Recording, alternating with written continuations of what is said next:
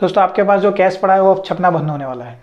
RBI की तरफ से जो कैश छापने की प्रोसेस है वो अभी बंद होने वाले, उसकी जगह पे आरबीआई एक ऐप लॉन्च करने वाली है जिसको डिजिटल ई रूपी के रूप में जानेंगे, जिसको हम ऐप के माध्यम से इसको यूज़ करेंगे। आरबीआई की तरफ से एक ऐप लॉन्च किया गया है और उसी ऐप के माध्यम से अब आप अपना कैश ट्रांजैक्शन कर पाएंगे। दोस्तों मेरा नाम है निकुंज और आप देख रहे हैं निकुंज टॉक। हमारे चैनल में आपका स्वागत है। दोस्तों आप जैसे अभी बैंक कैश यूज़ करते हो, उस हर एक नोट के ऊपर एक यूनिक नंबर और गवर्नर का सिग्नेचर होता है। बस उसी तरह से आपको एक ऐप दिया जाए जिसमें आरबीआई की तरफ से हर एक नोट के ऊपर एक यूनिक नंबर और गवर्नर का सिग्नेचर ही रहेगा। उसको आप जैसे कैश यूज़ करते हो इसी तरह से आपको ऐप के माध्यम से उस कैश को यूज़ करना होगा। दोस्तों सबसे पहले जान लेते हैं आपके पास कैश आता किस तरह से।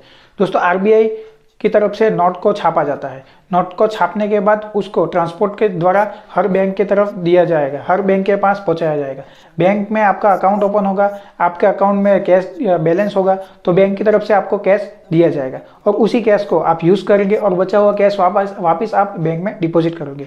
जो बचा हुआ कैश आपने बैंक में डिपॉजिट किया है वही बैंक के पास अगर उसकी लिमिट से एक्सेस पैसा होगा तो उसको वापस उसको आरबीआई में उसको ट्रांसफ़र करना होगा। उसके ऊपर आरबीआई को ज़्यादा ट्रांसपोर्टेशन का और प्रिंटिंग का कॉस्ट लगता है। और सिर्फ यही कॉस्ट को बचाने के लिए और आरबीआई और एंड यूजर के बीच में से बैंक को हटाने के लिए आरबीआई ने एक ऐप लॉन्च किया है जिसके माध्यम से अब सीधा आरबीआई आपको कैश के रूप में बैंक ऐप के अंदर आपको कैश दिया जाएगा और आपको सिर्फ सीधा उसको यूज़ करना होगा। दोस्तों आरबीआई को कैश छापने से लेके आप तक पहुंचाने तक जितना नोट के ऊपर जो भी कॉस्ट लगता है, वो नोट छापने के ऊपर जो कॉस्ट लगता है वो 500 या 100 रुपये के नोट के ऊपर आपको मिनिमम 4 रुपया या 5 रुपया तो सिर्फ छापने का और ट्रांसपोर्टेशन का कॉस्ट ही लग जाता है। तो उसको सिर्फ उसको निकालने के लिए और आपको सीधा आरबीआई के साथ जोड़ने के लिए आरबीआई की तरफ से ये ऐप लॉन्च किया गया है। दोस्तों लास्ट ईयर सिर्फ आरबीआई को कैश छापने का और ट्रांसपोर्टेशन का कॉस्ट जो लगा था वो था 5,000 करोड़ रुपीस। तो दोस्तों इतना सारा कॉस्ट जो लग रहा है नोट को छापने में और ट्रांसपोर्टेशन करने के लिए,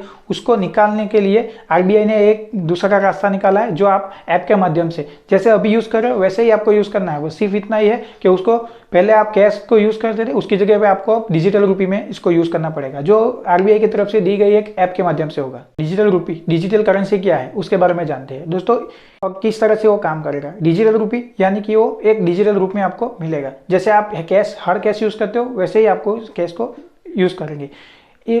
हर कैश आपके हाथ में रहेगा, उसकी जगह पे आप ये फ़ोन के ऐप के अंदर एक डिजिटल रूपी के रूप में आप इसको यूज़ करेंगे। डिजिटल रूपी दोस्तों डिजिटल रूपी ब्लॉकचेन टेक्नोलॉजी के माध्यम से काम करेगा। जैसे एक क्रिप्टो करेंसी जिस तरह से काम करता है इसी तरह से ये डिजिटल रूपी भी काम करेगा। आरबीआई की तरफ से आपके ऐप में कैश दिया जाएगा जो हर एक नोट के ऊपर एक यूनिक नंबर जनरेट किया जाएगा और आपको उसी को ट्रांसफर करके जैसे आप एक सामने वाले को पेमेंट करेंगे तो आपका जो एक नोट के ऊपर यूनिक नंबर है, जो नोट है वो सामने वाले के ऐप के अंदर चला जाएगा। इसी तरह से जैसे कैश आप यूज़ करते हैं। दोस्तों आप सोचोगे यूपीआई और ई रुपीस में फ़र्क क्या है, दोनों में से कौन सा यूज़ करना ईजी रहेगा।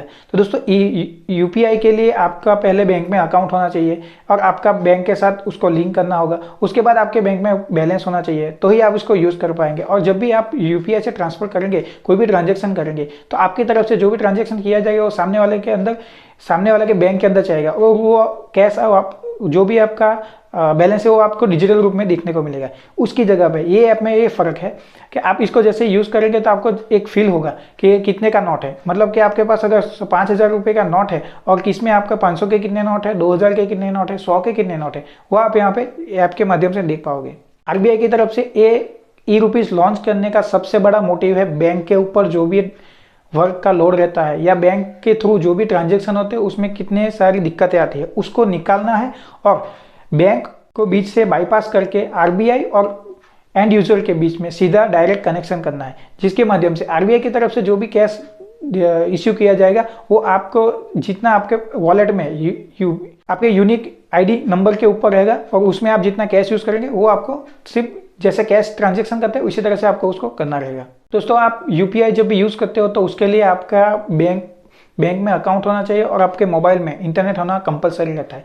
आरबीआई की तरफ से ये जो ऐप लॉन्च की गई है उसमें आपको ना ही इंटरनेट की ज़रूरत पड़ेगी ना ही बिना इंटरनेट के भी आप यूज़ कर पाओगे और इस तरह से इस ऐप को बनाया गया है। अभी इसको पायलट मोड पे रन किया गया है कुछ बैंकों के द्वारा और कुछ ऐप के द्वारा। उसके बाद सबके लिए इसको लॉन्च किया जाएगा। दोस्तों आरबीआई जो नोट छापती है वो पेपर होता है वो छपने के बाद उसकी लिमिट कुछ 10 साल या 5 साल तक ही होती है, उसके बाद वो फट ही जाता है और वही पैसा वापस उसकी जगह पे आरबीआई की तरफ से नया कैश छापना रहता है और उसी कारण उसके ऊपर कॉस्ट ज़्यादा लगता है। बस उसी कॉस्ट को बचाने के लिए और कॉस्ट को निकालने के लिए आरबीआई की तरफ से एक डिजिटल रूप में एक और कदम आगे बढ़ाया गया है, जिसको यूज़ करने के बाद आप डिजिटल रूप में आप हर एक कैश का यूज़ करोगे। दोस्तों इस ऐप के थ्रू आप वर्क करके आपको कहीं पे भी बैंक लिंक करने की जरूरत नहीं पड़ेगी। बिना बैंक को लिंक किए हुए ही आप आरबीआई की तरफ से जो भी आपके अकाउंट में कैश के रूप में मिलेगा उसको आपको यूज़ करना होगा। हाँ, लेकिन जब को आपको यही कैश को हार्ड कैश में रूप में यूज़ करना है तो तभी आपको बैंक के साथ इस ऐप को लिंक करके कैश को आप विड्रॉल कर पाओगे।